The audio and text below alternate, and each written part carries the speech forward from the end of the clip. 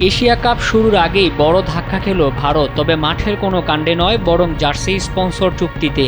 সম্প্রতি ভারতে নতুন অনলাইন গেমিং বিল পাশ হওয়ায় সূর্যকুমার গিল্ডের জার্সি থেকে সরে যেতে হচ্ছে প্রধান স্পন্সর ড্রিম ইলেভেনকে। আর তাতেই এশিয়া কাপে স্পন্সর ছাড়াই মাঠে নামতে হতে পারে টিম ইন্ডিয়াকে।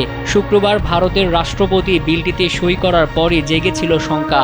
এবার সেই গুঞ্জনই সত্যি হলো। ড্রিম ইলেভেন বিসিসিআইকে জানিয়েছে তারা আর ভারতের জার্সিতে থাকতে পারছে না। যদিও 2026 সালের এপ্রিল পর্যন্ত চুক্তি ছিল, তবে কোনো অনলাইন গেমের মাধ্যমে আর্থিক লেনদেন করতে না পারার বিল পাশের কারণে এই চুক্তি থেকে সরে আসলো প্রতিষ্ঠানটি। তবে ইতিমধ্যেই নতুন স্পন্সরের জন্য দরপত্র আহ্বানের প্রক্রিয়া শুরু করেছে বিসিসিআই। এখন যে কোনো ব্র্যান্ডের পুরাতন এসি বদলে নতুন ওয়ালটন এসিতে উপভোগ করুন 25% ছাড়।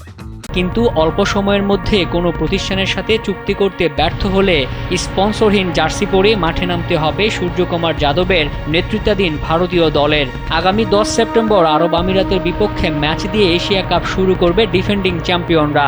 এখন দেখার বিষয় হার্দিক বুমরারা নতুন স্পন্সর নিয়ে মাঠে নামে নাকি খালি জার্সিতেই দেখা যাবে ভারতকে।